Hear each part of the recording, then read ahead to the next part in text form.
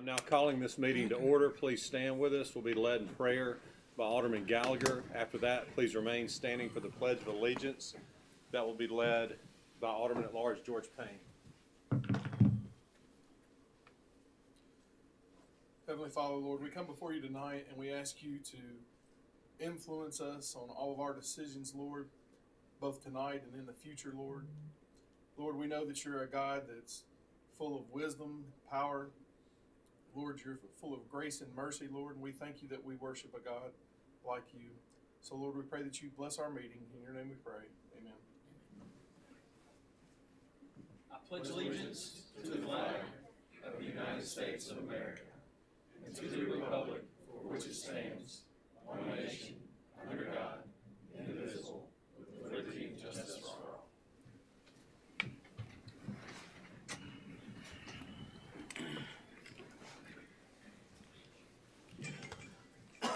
First on the agenda this evening is approval of minutes for the September 19, 2023 meeting. Second. We have a motion by Alderman Hoots, second by Alderman Payne. Is there any discussion? Hearing none, roll call. Alderman Payne. Yes. Alderman Kelly. Yes. Alderman Hoots. Yes. Alderman Jerome. Yes. Alderman Gallagher. Yes. Alderman Miller. Yes. Alderman Flores. Yes. That motion carries. Next on our agenda is a new appointment to our planning commissions. So Alderman, will you please make the motion? Mr. Mayor, I'd like to make a motion to appoint Carmen Kyle to the Planning Commission. Second. We have a motion to appoint Carmen Kyle to the planning commission by Alderman Payne, second by Alderman Kelly. Is there any discussion? Hearing none, roll call. Alderman Payne. Yes. Alderman Kelly. Yes. Alderman Hoots. Yes. Alderman Jerome. Yes. Alderman Gallagher. Yes. Alderman Miller. Yes. Alderman Flores. Yes. That motion carries. Next on the agenda is our group health insurance renewal. As we've discussed, sent some information out to the board, but to prepare for this discussion. But as I stated in the email, just to give you a little overview of the situation. First of all, we got good news. Y'all know that throughout the last 8 to 10 years, we've had some challenges. You know, a lot of people don't understand that, you know, just because you qualify for a group health insurance policy, you know, the results of that, you know, do affect the future insurability of that policy, as well as the cost of it. And we've had some, you know, unfortunate things happen, you know, with some of our employees over the years, and we've had some high loss ratios. And so we had some trouble there for a while. We did make some changes, and we've started to have better results. Like the last 3 or 4 years, our loss ratios have been better, and it puts us in gives us more bargaining power, puts us in a better position. We have our broker, Mr. Jerry Holland, in the audience with us tonight. He's available for any questions, but they've done a good job for us going to the market each year. We ask them, you know, to go into the market, you know, to find the best deal for not only for our employees. We want the employees to have the best coverage at the best price, but also our taxpayers. We want to know that we're getting the best thing that's out there. So the good news is that this year we have 2 options, and both of them are a rate reduction. Like the reduction depends on whether it's a family, individual, but the average goes from anywhere from about 9% to 15% reduction. So we're in a good situation. The decision we got to make is, do we want to renew with the same carrier that we've been with, or do we want to switch? And as I told you in the emails, we got 2 quotes. The rate that we have been paying this year is $3,607,684. The United Healthcare quote is $3,123,135. So we got a reduction of $484,548. Blue Cross Blue Shield has also prepared a quote that is a little bit less than that. That quote with Blue Cross is $3,030,757. The problem is that there's a couple of key benefits that the Blue Cross policy doesn't provide. Right now with United Healthcare, we've got a 0 deductible for kids for visits, also 0 deductible for virtual visits. So when you just call in, there's no deductible, no copay with that. those benefits do not come with Blue Cross. And then the other thing is there's a Care Cash card that our current employees have that is money that's provided from United Healthcare, and then the Blue Cross policy doesn't provide that. The other thing is we've had, I'll just speak just in general terms with insurance, like from my own experience, when you have good results with a company, insurance is not something that you want to bounce around. You don't want to jump and change every year.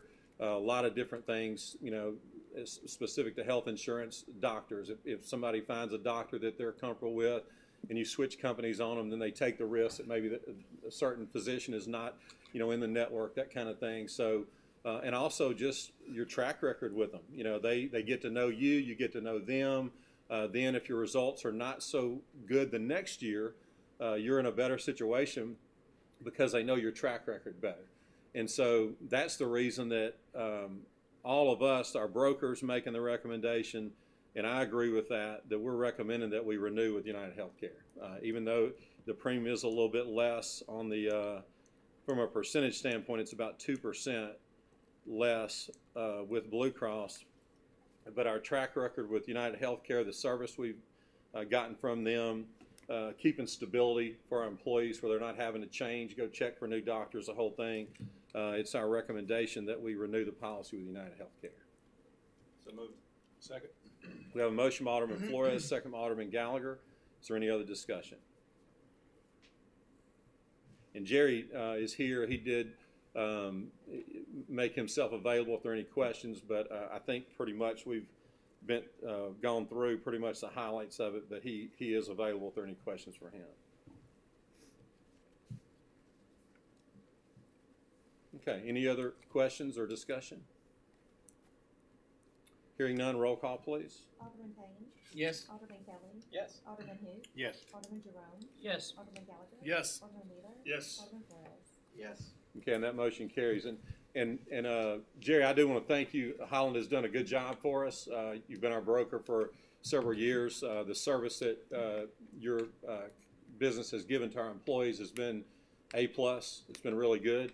And I feel like y'all do a good job, again, going to the market and checking it for us to make sure that we are getting the best value for our city and for our employees. So I thank you for your good service. Thank you. Okay, next on our agenda is an amendment to the employee handbook regarding personal leave.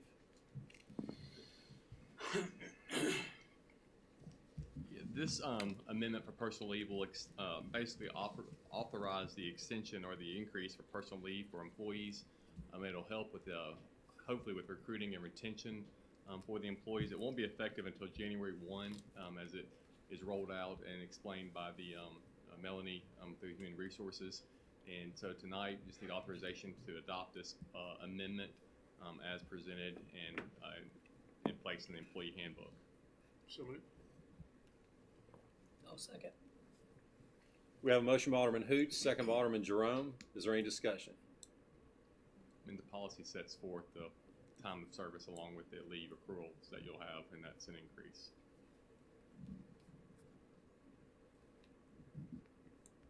Any discussion? Hearing none, roll call. Alderman Payne. Yes. Alderman Kelly. Yes. Alderman Hoot. Yes. Alderman Jerome. Yes. Alderman Gallagher. Yes. Alderman Wheeler. Yes. Alderman Flores. Yes. That motion carries. Next on the agenda are resolutions to revise city ordinances. Yeah, recently we've been working with the Code Department and Planning Department looking over the ordinances for revision, and tonight there's 3 that were suggested for revision, and we can handle all these at one time just for simplicity's sake and efficiency. But the first one is the City Property Maintenance Code, and this amendment will revise the code to reflect the inoperable motor vehicle, includes those vehicles with flat tires. That's become an issue lately with evidently within the city and the code department and citizens. So that's going to be one revision. It's part of the maintenance code to define and include that in the definition of inoperable motor vehicle to include flat tires, along with grass or weeds that extend over the curb line, which has also been an issue, obviously, with the code department and with the city administration. Has not been previously noted within the blighted property conditions of grass and weeds. And then finally, in that property maintenance code, it's going to also note that trees on the property must be maintained as well, in the same manner that shrubs are required. There's been the way it was previously defined, it didn't necessarily include trees. And based on complaints that code has been getting from citizens throughout the city, that is also being added as part of the property maintenance code. So that's the first ordinance.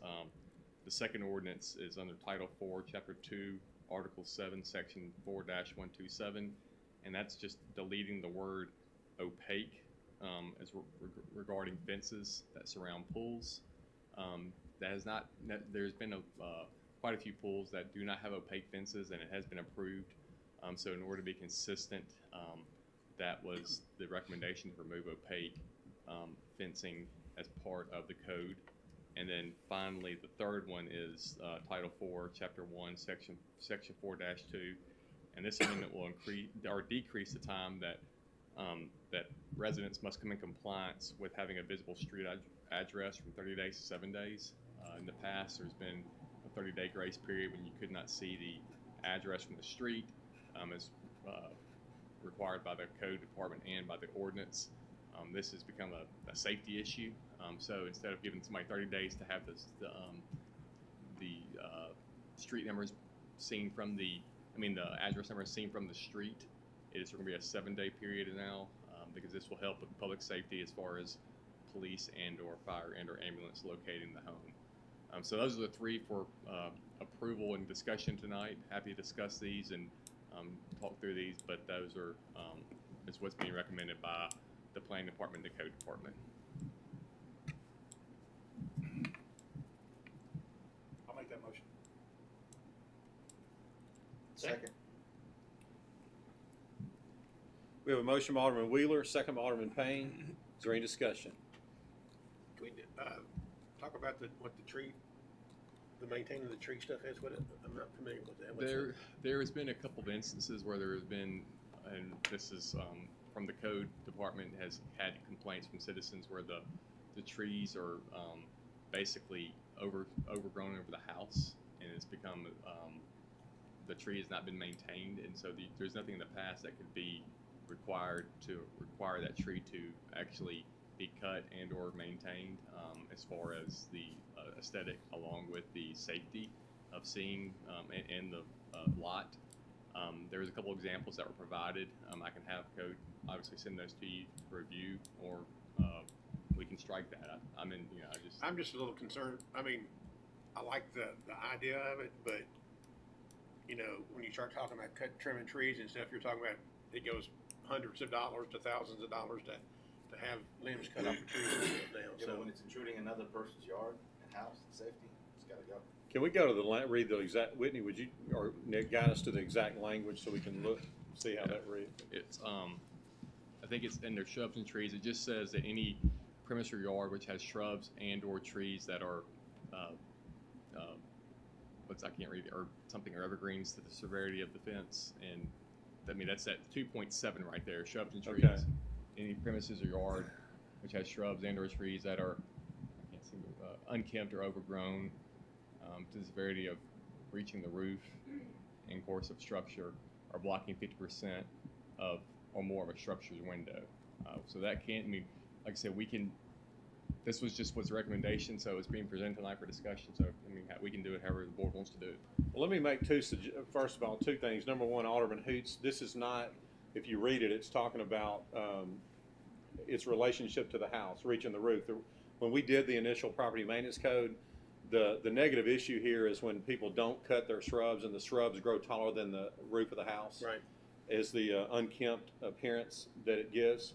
So this is related to a tree or a bush that's in a flower bed that's up next to a house. So it's not like, if you have a acre lot, it's not every tree on the property. So that's not what it is. The only thing that I would have a question about is it's common for some people like to plant certain evergreens and crepe myrtles in their flower bed up next to the house. Magnolias. And so those trees it's appropriate for them to be above the roof line, but it's not appropriate for a holly, like a bush holly. If that's above your roof line, it's going to have a negative look. But a crepe myrtle or some of these trees, by their nature, are meant to grow taller than the roof line. So how do we differentiate? That's a good question. Sitting here tonight, I don't know if I can come up with a way to differentiate right now. So my thought would be to go ahead and if the board wants and the mayor wants, is to take out that tree for now of that verbiage, pass it without that, and then come back and review that with code and or planning to see the best way to handle that. Because I think the issue would be is the crepe myrtle is not necessarily a tree, but it's easy for me to say because I would think that would be more of a shrub or a plant. But I think you could also consider that a tree. So I think that would cause some ambiguity that doesn't need to exist in the ordinance. Yeah. So I think that would be a good idea to maybe strike that tonight and move forward with the other revisions and then come back to define that later. And I know that the intent of it was not, but I do think that's why I was going to ask you, Whitney, the wording is there. I was just trying to kill two birds with one stone tonight. If we could adjust the wording while we're here. Well, and I think a lot of it's not just the height of it, more so than some of the examples they were showing us is that some of them were, it was a true tree, you could tell it was a tree, and there was kudzu, and there's growth all the way down to the ground where it turned it into a gigantic bush as opposed to a tree. So it's a maintenance thing. I think it'd be better, like Nick said, to hold it, and maybe we could bring you some examples from code and the issues they're dealing with, and maybe once everybody looks at it, we could determine how we really want to word it. But like I said, it's not just for the height up against the house as much as it is allowing just weeds and vines and kudzu basically to just capture a tree that's right there in the front of the house. It's just unkempt, and I think that's another part of it that they showed us for the examples. So I know Robert's in the audience, and I think if we brought the examples, you can kind of see what we're talking about on both levels. A lot of it is the height, and it does create a security issue. That's one of the things we looked at for property maintenance code is, it prevents the police from being able to see, clearly see in if there's a call out there or something too. So the height issue came in for security reasons, and then unkemptness of the tree from the bottom down with like kudzu and things, another portion of it. So, Robert, can we just get some examples and maybe give them to the mayor and he could disperse them to the board? Yeah, I think it's a good. I like the change. I understand the need for it. I can show you some examples too. I understand, but I do think that the wording is not. It doesn't differentiate between what's unkempt and overgrown and what's just tall. So I think that we probably ought to pull. My recommendation to the board is to pull that out. I'll change my motion to. So can we just strike the trees out Yeah. of 2.7? Well, it's already that's all that's changing is we already have this ordinance now for shrubs. We're just adding trees. Isn't that what we're adding? Yes, sir. That's the only thing that would be that shrubs is already included. Shrubs is already included. It was adding trees to that. I think there needs to be more specificity when it comes to trees. So I think the only thing you would do tonight is authorize the amendments, except for the language is language in the tree that regarding trees in the property maintenance code. And that's the rest of it can be Just approved. exclude change in 2.7. Right Correct. there. Yeah. What about vines? I mean, kudzu is a vine. We could. Well, when you're writing an ordinance, and this is what we went through when we wrote this ordinance in 2015, is you have to word it to where it's inclusive of all things that could be a problem. Because, if you ride around a city the size of Southaven, you're going to see some interesting things at houses at times. So, you have to leave it general enough where it can be applied to more situations. Yeah. But but like Whitney's talking about, this is not like, and I remember some of the comments from 2015. This is not like, somebody's going around with a ruler measuring the limbs on it. That's not what this is. This is flagrant stuff like Whitney's talking about where the police can't even see in a window because somebody lets a tree grow so big it hides the whole front of the house. Same thing as, some bushes like hollies. There's some species of hollies that will get tall, and if you don't cut them, these things get massive, and it affects the street curb appeal, so it can be a negative thing. But I do agree that we need to clean the wording up a little bit on that. Shrubs is defined in the property maintenance code, and tree is not. So what you could do is just come up with the definition for tree, include that in the definition section, and that would take care of what the board and mayor want to achieve with that. So I think that'd be the best way to handle it would be not trying to handle it through 2.7, but through your definition section. Okay. So Alderman, are you making, is that the motion that you're making? You're, You're amending the change to the tree, you're making a motion to approve the other ordinance changes, but with the exclusion of, Of the tree. yeah. yeah, it'll come out in the minutes. Okay. Well said, Alderman, That's it. well said. So are we excluding the trees and keeping the shrubs? We're not changing the ordinance, so right now, this ordinance already addresses shrubs. Okay, all right. So we're not, all we're saying is we're not gonna change this yet until we get more clarity. Just approving the ordinances, amended ordinances, except for the revision to section 2.7 of the property maintenance code. So Alderman Wheeler made the motion, did we get a sec, is there a second? Second. Second by Alderman Hoots, any other discussion? Hearing none, roll call. Alderman Payne. Yes. Alderman Kelly. Yes. Alderman Who. Yes. Alderman Jerome. Yes. Alderman Gallagher. Yes. Alderman Wheeler. Yes. Alderman Flores. Yes. That motion carries. Next on the agenda is a contract with TK Elevator Corporation. In this contract, it's with TK Elevator Corporation. The city fire department is wanting to have keys to go in the elevator boxes in City Hall and City Parks building. And as part of that, or in the event of emergencies, why they would need the keys, but as part of that, this release is required by TKE Elevator. They've revised the language as suggested, and tonight we just need authorization for Tim Rowland to sign this release of the fire department can have the keys for those two boxes of the emergency elevator in case of emergency for both those elevators. So moved. Second. We have a motion by Alderman Hoots, second by Alderman Payne. Is there any discussion?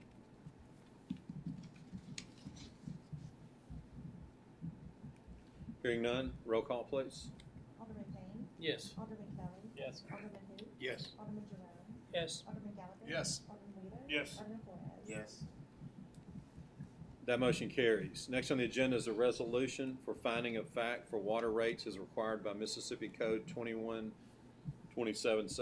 This was passed, this HB 698 was passed in the recent legislative session, and it just amended Code 21-727 to require an annual finding of fact regarding our water rates that note that they'll cover the cost of the utilities department along with that they're in compliance with the GAAP accounting system. So tonight need authorization to for the mayor to sign this resolution to make those findings for our water and sewer rates, which they are in compliance. Mr. Mayor, I'll make that motion. Second. We have a motion by Alderman Payne, second by Alderman Kelly. Is there any discussion? Hearing none, roll call. Alderman Payne. Yes. Alderman Kelly. Yes. Alderman Who. Yes. Alderman Jerome. Yes. Alderman Gallagher. Yes. Alderman Wheeler. Yes. Alderman Flores. Yes. That motion carries. Oh, Andrea, before you put that on the record, you change the right verbiage for mine and Christian's names. And mine. Yeah. And Listen. I thought y'all were identifying differently tonight. I don't want to be part of that crap, so. Okay. Does it say Alderwoman? Yes. Yes, it does. That's That's fine. You take me out too. Yeah, John David as well. That's one ugly girl right there. That's a first. It's autocorrect on mine, I guess. That's my fault.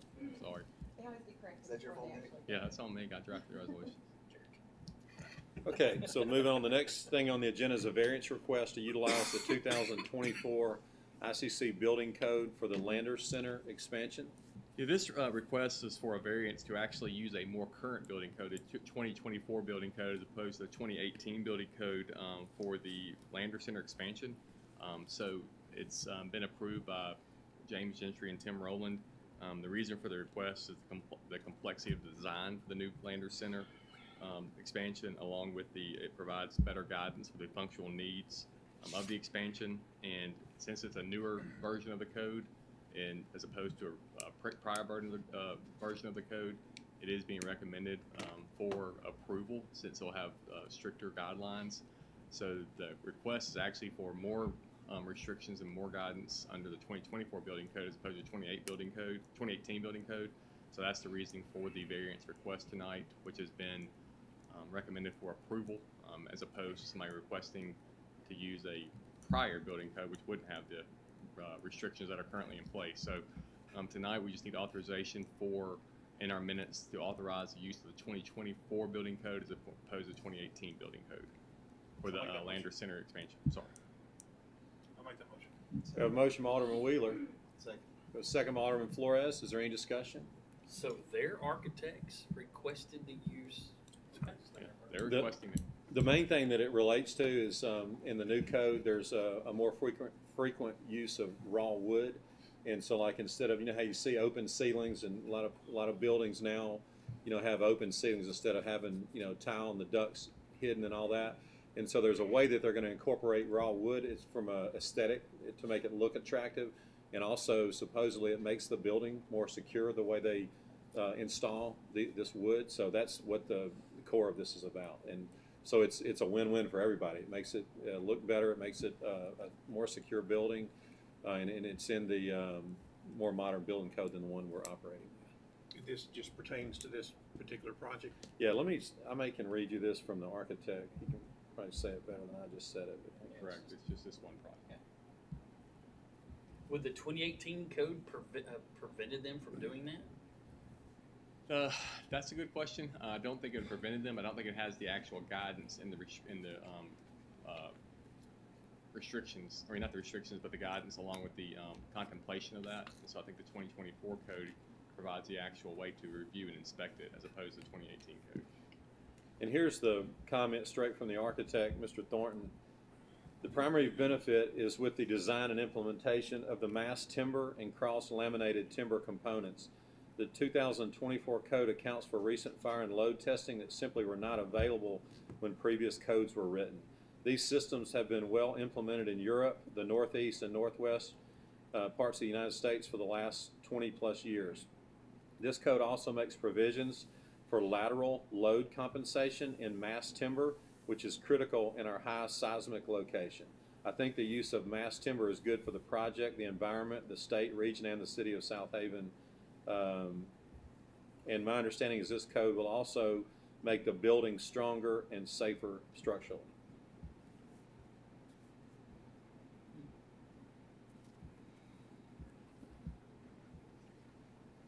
Okay, is there any other discussion?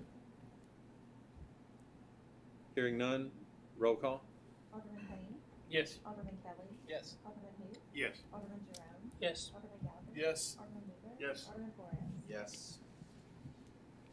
Okay, that motion carries. Next on the agenda is authorization to advertise via reverse auction for FY24 police equipment. This authorization or approval tonight will authorize the Southaven Police to work with the city clerk's office to do the police equipment via reverse auction through central bidding. So tonight you just need authorization for those bids to go to bid and then come back with you with recommendations once the bids are received. So moved. Second. We have a motion by Alderman Gallagher, second by Alderman Payne. Is there any discussion? Hearing none, roll call. Alderman Payne. Yes. Alderman Kelly. Yes. Alderman who? Yes. Alderman Jerome. Yes. Alderman Gallagher. Yes. Alderman Wheeler. Yes. Alderman Flores. Yes. That motion carries. Next on the agenda is SPD SOW with Civic Plus. Yeah, this statement of work with between the Civic Plus and the Southaven Police Department will authorize Civic Plus to work with the Southaven Police on the new website, southavenpolice.org, the domain, and it'll help them maintain and create their own standalone website along with IT assistance as needed.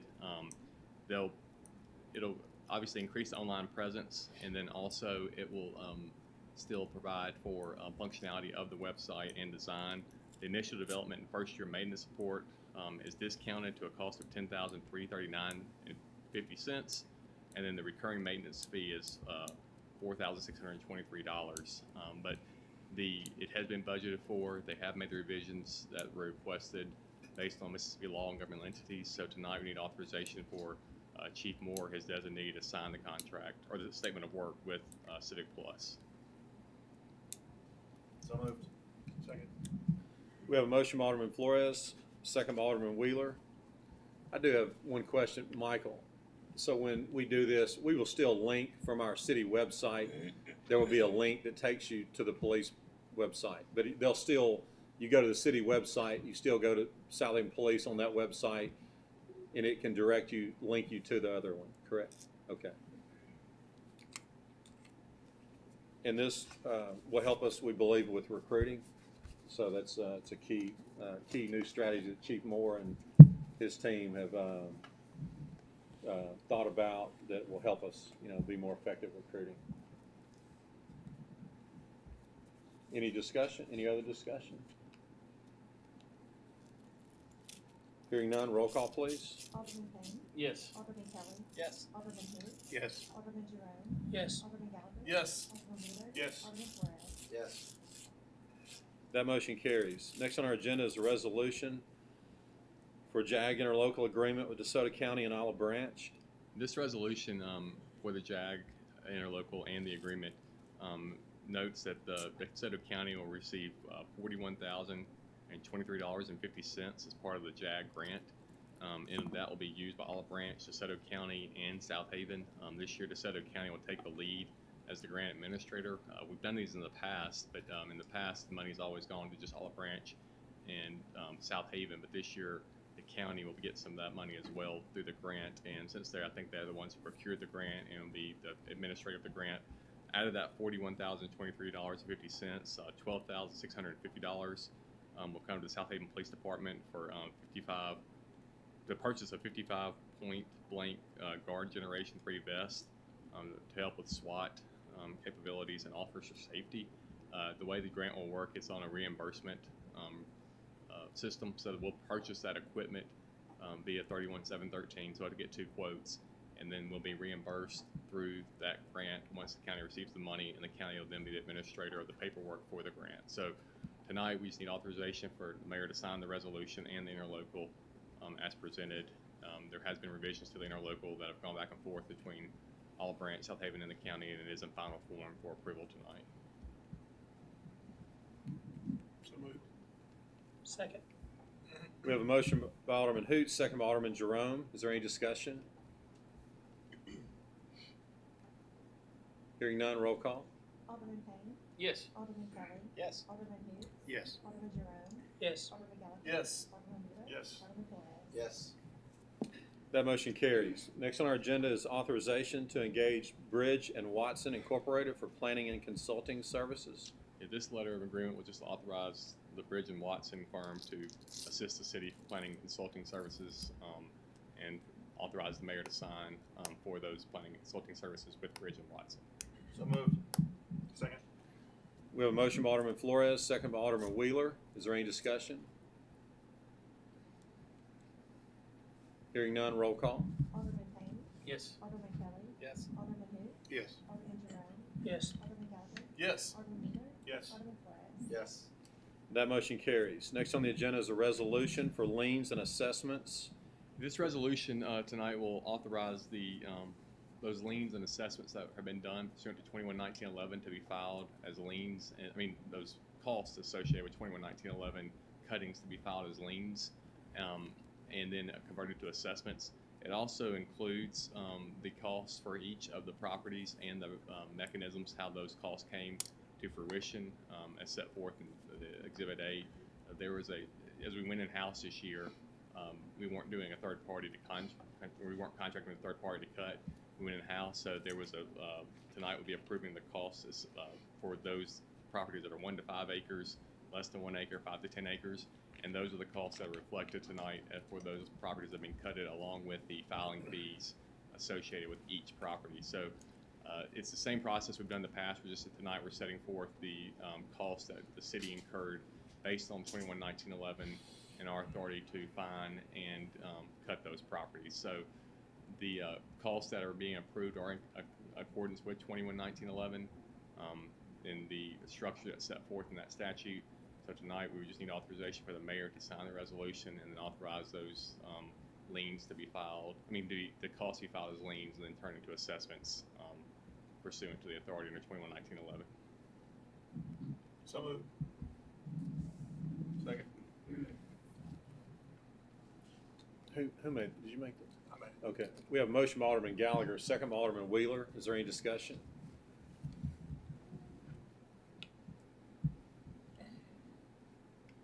Hearing none, is there anyone in the audience that has a financial interest in any of the properties that would like to speak? Hearing or seeing none, roll call, please. Alderman Payne. Yes. Alderman Kelly. Yes. Alderman who? Yes. Alderman Jerome. Yes. Alderman Gallagher. Yes. Alderman Wheeler. Yes. Alderman Flores. Yes. That motion carries. Next on our agenda is a resolution for change order number 1 for Fire Extension Service Project, Phase 3. Mayor, Board, tonight I'm requesting board approval and authorization for the mayor to sign an increase in the contract for trade construction. The amount of the increase is $465,071.58. This is mainly related to the increase to assist the utilities department in relocating utilities along Getwell Road using the directional drilling and the boring capabilities that we've used in the fire service extension. So it has will prevent us from having to do some pretty extensive or pretty deep cuts to move the utilities along Getwell Road.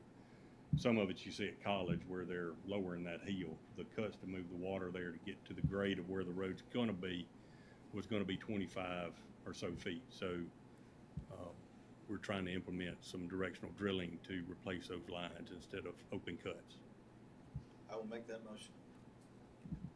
Second. We have a motion by Alderman Flores, second by Alderman Wheeler. Is there any discussion?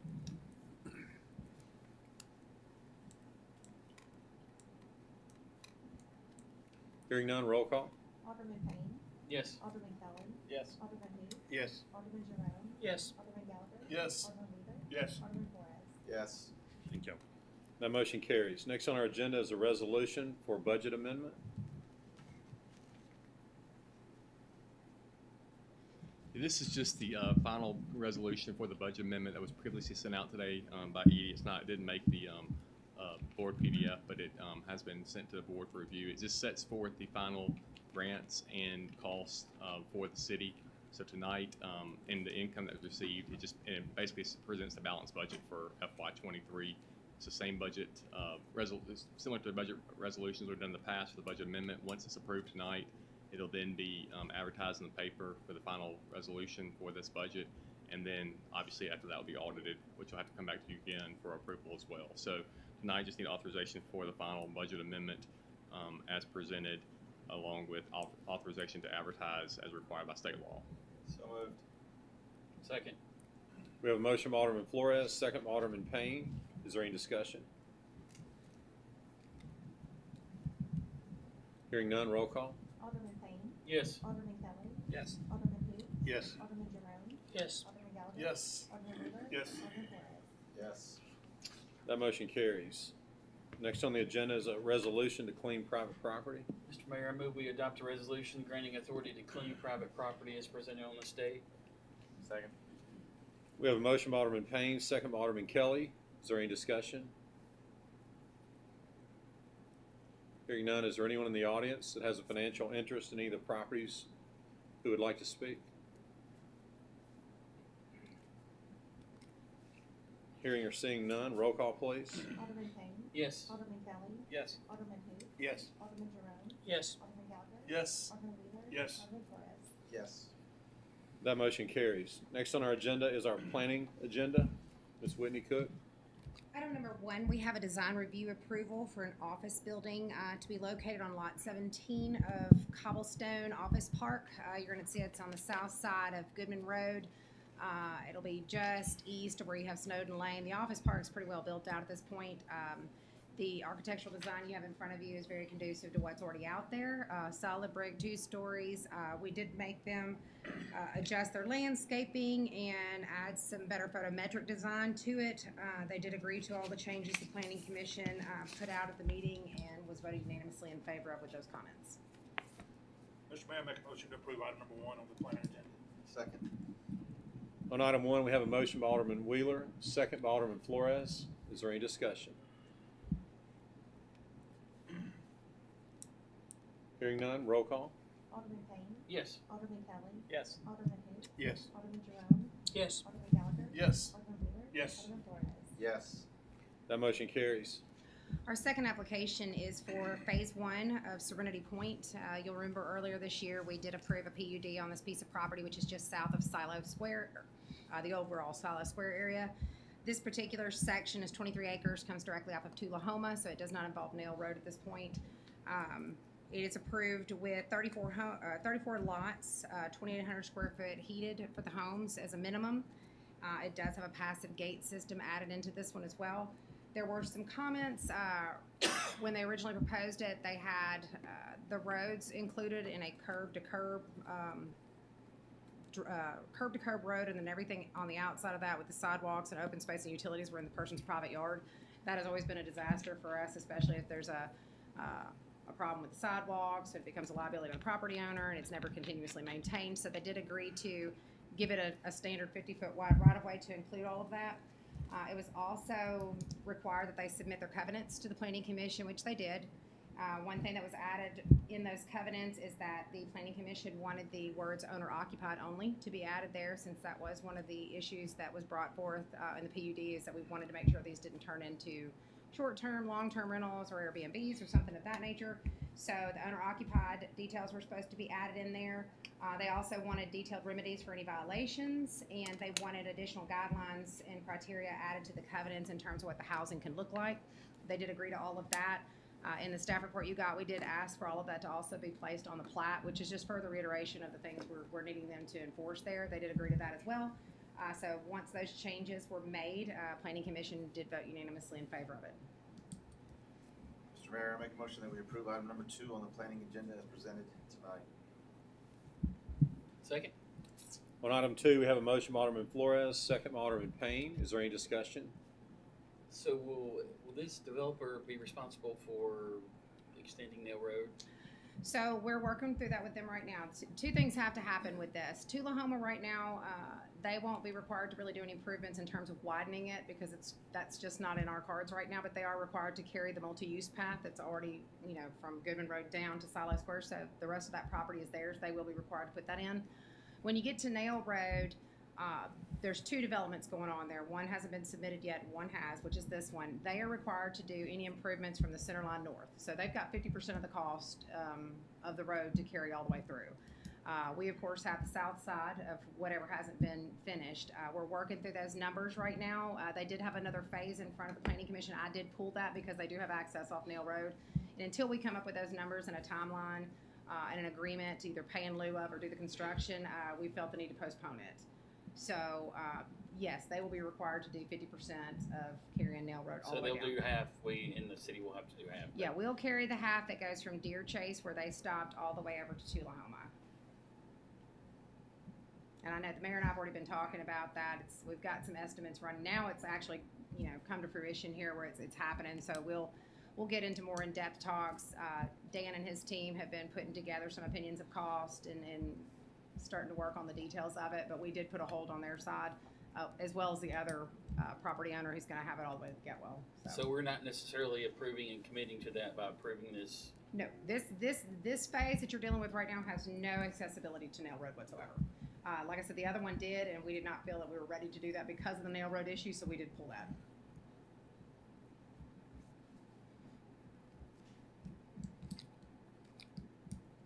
Two things, just to add to that, just FYI.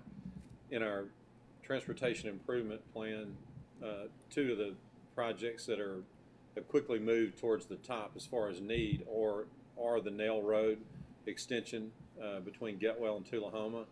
And again, it's due to the development that's coming. The other, and to relieve traffic on Getwell, also Snowden Lane going north from May Boulevard back to Goodman. We've got development that's coming there with the same type of agreement where they pay half, city pays the other. So these are things that are already on our radar. We did talk about that a little bit in the past, but we'll continue to ramp up discussions about that as the development continues there. Okay, is there any other discussion? Hearing none, roll call. Alderman Payne. Yes. Alderman Kelly. Yes. Alderman who? Yes. Alderman Jerome. Yes. Alderman Gallagher. Yes. Alderman Wheeler. Yes. Alderman Flores. Yes. That motion carries on 2. Our final application is a minor subdivision. It's in an agricultural area of the city. It's gonna be on the west side of Baptist Road, south of Star Landing. It's 4 acres, family-owned property. Basically, they're wanting to take those 4 acres and subdivide it into 3 lots. And those will range in size from a little bit over an acre to a little under 2 acres. There's an existing ingress egress that's captured on the north side of it on an existing lot, so it will be a private drive. Anything over 3 lots that's not zoned agricultural has got to go through major subdivision application and build roads. This fits the profile of minor, so with that access off of Baptist to this rear area you see in red, it does comply with the minor subdivision rules and regulations set forth in the ordinance. Planning Commission doesn't normally listen to minor subdivision applications, so this is in front of the board with my recommendation of approval because it does comply. Mr. Mayor, I make a motion that we approve item number 3 on the planning agenda as presented. Second. We have a motion by Alderman Gallagher, second by Alderman Payne. Is there any discussion on 3? Hearing none, roll call. Alderman Payne. Yes. Alderman Kelly. Yes. Alderman who? Yes. Alderman Jerome. Yes. Alderman Gallagher. Yes. Alderman Wheeler. Yes. Alderman Flores. Yes. That motion carries. Next on our agenda is our mayor's report. First, just want to call attention to the fact that October is Breast Cancer Awareness Month. There's no doubt that every person in this room has had a family member or friend that's been impacted by breast cancer. And so it affects us all, and just want to, as far as the city of Southaven, just support that and acknowledge Breast Cancer Awareness Month. So our proclamation reads as follows: whereas on average, every 2 minutes a woman is diagnosed with breast cancer, making the disease the most common cancer among women in the United States. And whereas it is estimated that 2,610 women will be diagnosed with breast cancer and 470 will die in the state of Mississippi during 2023, according to the American Cancer Society.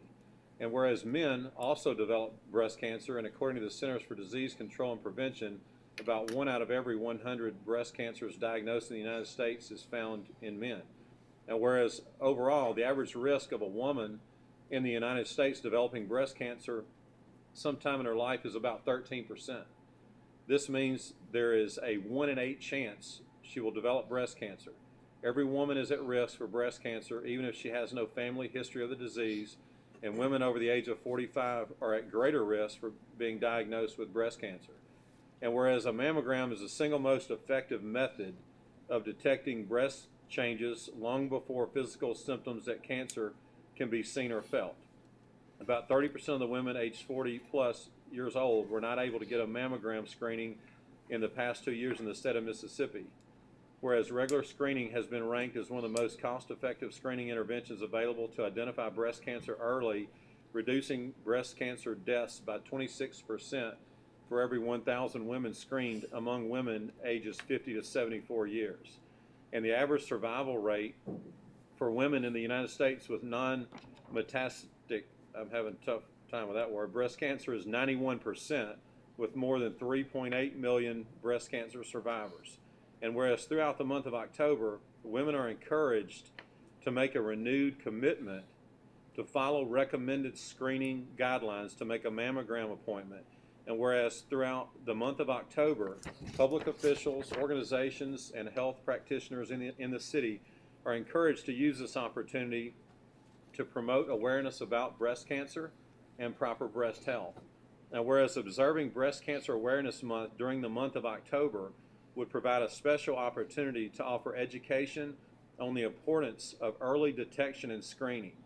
Now, therefore, I, Darren Musselwhite, by the authority vested in me as mayor of the city of Southaven, Mississippi, hereby proclaim October as Breast Cancer Awareness Month in the city of Southaven and encourage our citizens to wear pink ribbons in recognition of breast cancer and in honor of women who are now courageously fighting the battle or who lost their battle with breast cancer, and do further encourage women to consult with their health care providers about regular screening and to promote early detection of breast cancer by having regular clinical breast examinations and mammograms and practicing monthly breast self-awareness.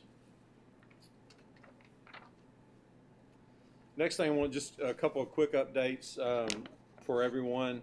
Y'all know when we did our budget talks, we talked a lot about our streets and the importance of our street resurfacing. So since the budget has been set, we have gone through and prioritized the list for 2024. And again, like we do every year, this list is prioritized based on two things. It's not prioritized on which ward you're in. It's not prioritized in which part of the city you're in. It's not prioritized. Even this Board of Aldermen has proven to be objective people and support the entire city as it relates to our spending with street resurfacing. So it's prioritized based on two simple things. Number one is the condition of the street as analyzed by our engineers. And the second thing is traffic volume. Obviously, if you have two streets that are in the same condition and one of them handles more volume, then you want to get that one first. So those are the only two factors we use. So that list has been set. It's been sent to Lehman Roberts, and actually they have already started. This may be the earliest they've ever started. October is the best month for street resurfacing because of the dry and warm weather. But they have already started on that list, so that's underway. So they have a list of some that I sent all of you a list. It's highlighted in peach.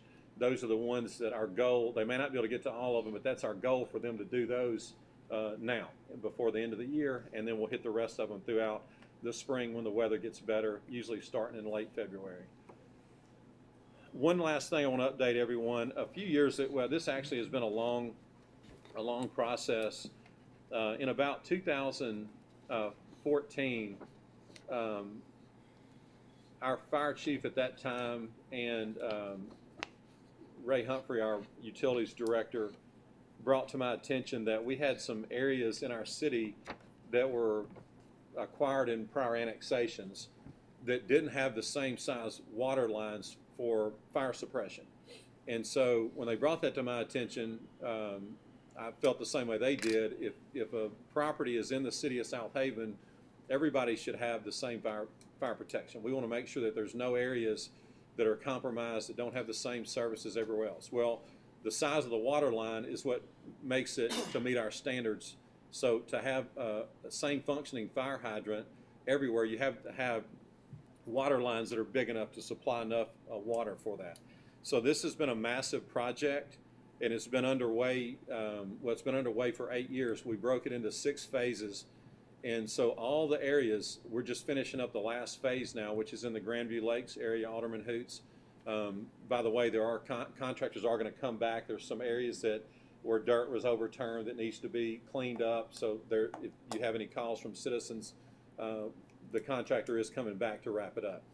But for all intents and purposes, this project is now done. We have finished all 6 phases of this, and so now everywhere in the city of Southaven, they have water lines that meet the standards of having Southaven fire hydrants. So I think it's very important for our city and for citizens to know that, when there is an annexation, that's one of the biggest things, that the annexed area, a city owes it to the people there that they provide adequate services to them. And so that's why this was big for me, because for all of us, y'all supported this, but speaking for myself, I felt like it was big for the citizens because it showed our commitment to be responsible in an annexation. So if we're going to do an annexation, we're going to uphold our promises, and we did just that with this project. So that's the update. Just want to let everybody know that project has been a lengthy one, but that it is now complete. And that's all I have this evening. Next on our agenda is our personnel docket. Mr. Mayor, move we approve the personnel docket as presented on this date. Second. We have a motion by Alderman Payne, second by Alderman Kelly. Is there any discussion?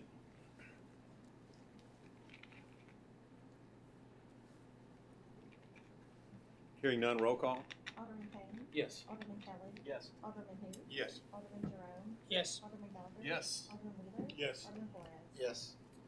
That motion carries. Next on our agenda is our city attorney's legal update.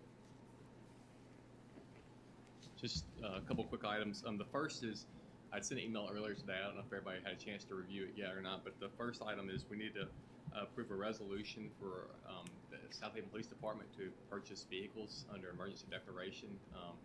The ones that are on state contract probably won't even go into production until December, if then. But based on the strikes with the UAW and other supply chain issues, it's not guaranteed or even I mean, they can't even give you an estimated timeline on when those vehicles will come in. The ones on state contract and the 2024 vehicles. However, there are some 2023 vehicles that can be purchased right now from the entity that has a state contract in Grenada.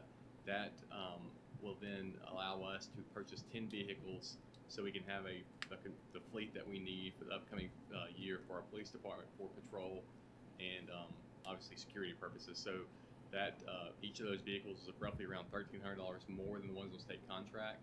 However, though, this being the only opportunity we think we'll be able to get to buy police vehicles this year, we're seeking a resolution to authorize the emergency purchase of those 10 vehicles so that we have the right fleet we need for our police department for patrol purposes and security this year. I'll Make that motion. Second. Alderman Hoots first. Okay, so we have a motion by Alderman Hoots, second by Alderman Jerome. Is there any discussion?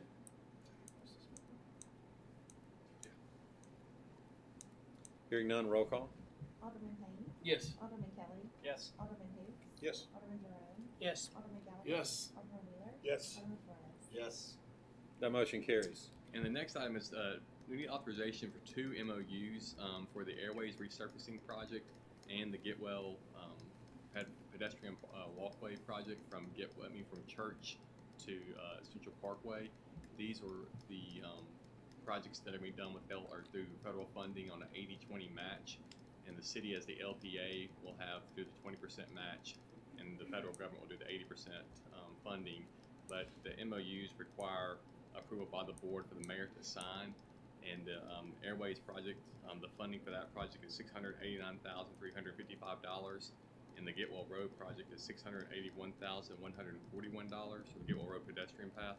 And the MOUs just set forth the obligations of MDOT and then the LPA, which is the city. And so those MOUs are done within federal guidelines and federal regulations, and set forth those set forth the conditions for the funding and the duties of each entity. So tonight, just need authorization for the mayor to sign those so that these projects can get in the LPA funding pipeline. So moved. Second. We have a motion by Alderman Flores, second by Alderman Payne. Just to add to that, just so everyone knows, this is MPO money, and so we were awarded these projects when we submitted all of our projects there. These were 2 that we got. Just so everyone also knows, I know that a lot of times citizens don't understand that everything is not coming from one pot of money. Like there's some things that can only be funded, like federal and state laws allow things to be funded specifically for certain projects. So like the Getwell pedestrian project, the MPO has a division where it's all about pedestrian projects. So it's not, they don't compete with other, expansion or widening projects of roads. So it's not like we chose this over another project. We have to submit ones according to their guidelines.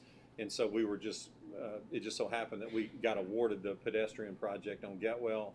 And then the other one is they have another division that's just for resurfacing. So this area is Airways. It's where the heavy retail area is, south of Goodman on Airways, between Goodman and Nail Road. If you haven't ridden down there, you'll know that the road it's pretty beat up, and so this will resurface all that section from Goodman to Nail Road. So these are both very good projects that are we acquired MPO money for.